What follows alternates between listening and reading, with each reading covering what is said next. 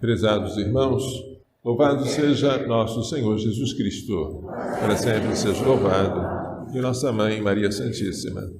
Hoje, solenidade de nosso Senhor Jesus Cristo, Rei do Universo, último domingo do tempo comum, a liturgia nos traz como primeira leitura um trecho do profeta Ezequiel, em que o Senhor reclama, queixa-se dos maus pastores e diz que Ele mesmo vai tomar conta das ovelhas. Aqueles maus pastores deixaram as ovelhas dispersas num dia de sombra e de escuridão. Mas eu mesmo, diz o Senhor, vou apacentar as minhas ovelhas, vou fazê-las repousar. Isto é cantado naquela música: maus pastores num dia de sombra não cuidaram e o rebanho se perdeu. Vou sair pelos campos, reunir o que é meu, conduzir e salvar. Vou procurar a ovelha perdida, reconduzir a extraviada, enfaixar a da perna quebrada e vigiar a ovelha gorda e forte. Mas, prestem atenção, a queixa não é apenas contra os pastores. A queixa é também contra as más ovelhas. Farei justiça entre uma ovelha e outra, entre carneiros e bodes. Porque há entre aqueles que são apacentados os que não se comportam bem, e estes serão julgados pelo pastor. O Salmo 22 é o Salmo do Senhor meu pastor. O Senhor me apacenta, e portanto nada me falta, porque o Senhor me leva para verdes pastagens, para águas tranquilas. O Senhor me fortalece com o seu bastão, com o seu cajado, defendendo-me do inimigo. É o salmo da confiança absoluta em Deus, como de uma ovelha que está guiada e defendida pelo pastor. A segunda leitura é tirada do capítulo 15 da primeira carta aos Coríntios e fala sobre a ressurreição. Cristo ressuscitou como primícias dos que morreram. Assim como a primícia segue-se à colheita, assim a ressurreição de Cristo seguir-se-á a ressurreição dos outros que morreram em Cristo. Como em Adão todos morrem, de Adão nós herdamos a natureza humana corrompida e sujeita à morte. Em Cristo todos reviverão. Pela nossa solidariedade a Cristo pelo batismo, nós recebemos de Cristo a vida e a esperança da ressurreição. Cada qual em uma ordem determinada. Primeiro Cristo, como primícias, o primeiro a ressuscitar dentre os mortos. Depois os que pertencem a Cristo. Nós que vivermos em estado de graça, que vivermos em Cristo, ressurgiremos com Ele. A seguir será o fim. Ele vai entregar o seu reino a Deus Pai. O reino do Filho é também o reino do Pai. Depois de destruir todo o principado, todo o poder e toda a força, porque é preciso que ele reine até que todos os seus inimigos estejam debaixo de seus pés. Citação do Salmo 109. E o último inimigo a ser destruído é a morte. Quando é que a morte será destruída para sempre? Quando nós ressuscitarmos. A vitória completa de Cristo será não apenas com a sua ressurreição, mas com a ressurreição de todos nós que somos membros do seu corpo místico, a Igreja. E quando todas as coisas lhe tiverem submetidas, então o próprio Filho se submeterá ao Pai, aquele que lhe submeteu todas as coisas, para que Deus seja tudo em todos. Portanto, Jesus ressuscitado é Rei, e veio para fazer de nós reis, para reinarmos com Ele, pela sua ressurreição.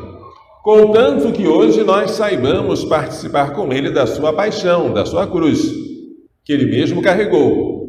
O Evangelho de hoje traz nosso Senhor contando como será o juízo universal.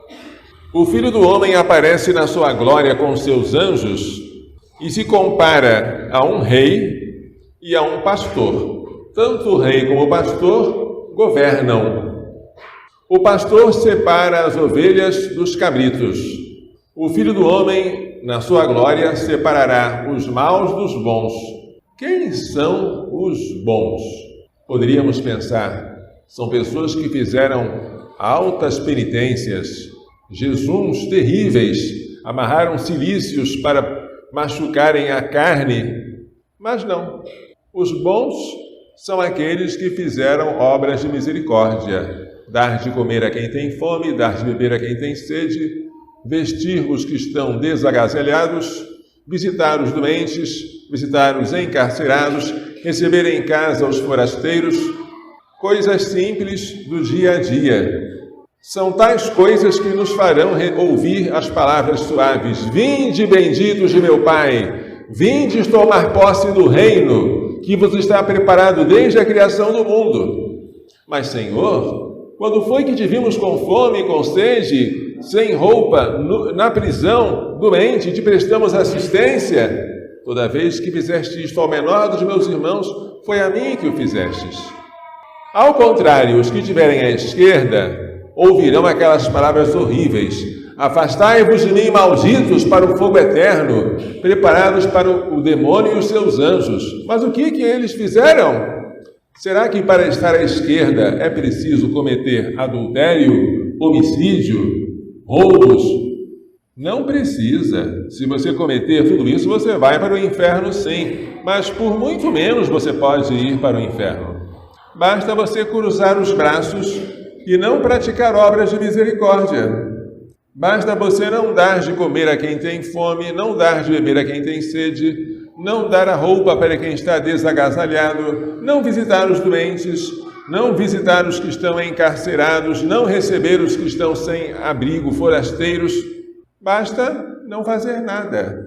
O pecado de omissão, dizia o padre Antônio Vieira, é o pecado que nós com mais facilidade cometemos e com mais dificuldade percebemos que cometemos. E por causa disso, dificilmente nos emendamos dele. Porque a omissão, dizia o padre Antônio Vieira, é o pecado que se faz não fazendo. Para ir para o inferno, portanto, para ser colocado à esquerda e para ouvir aquelas palavras horríveis, basta não fazer nada. O Senhor, que é Rei, veio a primeira vez para ser escarnecido e crucificado. Recebeu uma coroa de espinhos e teve por trono a cruz, na companhia de 2 malfeitores. Na sua segunda vinda, ele virá como juiz e virá para cobrar de nós os frutos. Se nós estivermos em estado de graça e com a nossa bagagem cheia de boas obras, então nós também reinaremos com ele.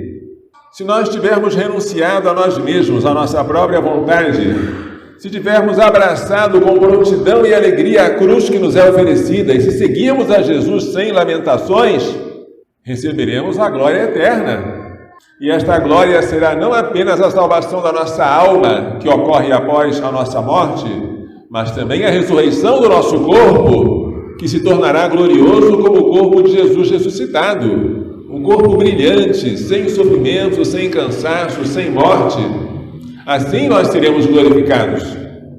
Jesus, que veio não para ser servido, mas para servir, e para dar a vida em resgate por muitos, deseja que nós também, a exemplo dele, sirvamos uns aos outros e demos a vida uns pelos outros.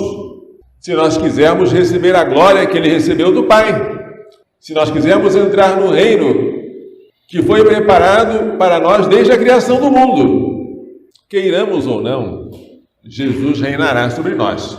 Mas nós seremos felizes se deixarmos Jesus reinar voluntariamente. Que na nossa alma, na nossa família, no nosso ambiente de trabalho, na nossa casa, não haja outra lei a não ser a lei de Cristo. Que a nossa vontade nunca se desvie da vontade dele, assim como a vontade dele nunca se desviou da vontade de seu Pai. Não é livre quem é escravo da própria vontade. Livre é aquele que, renunciando à própria vontade, submete-se à vontade de Deus.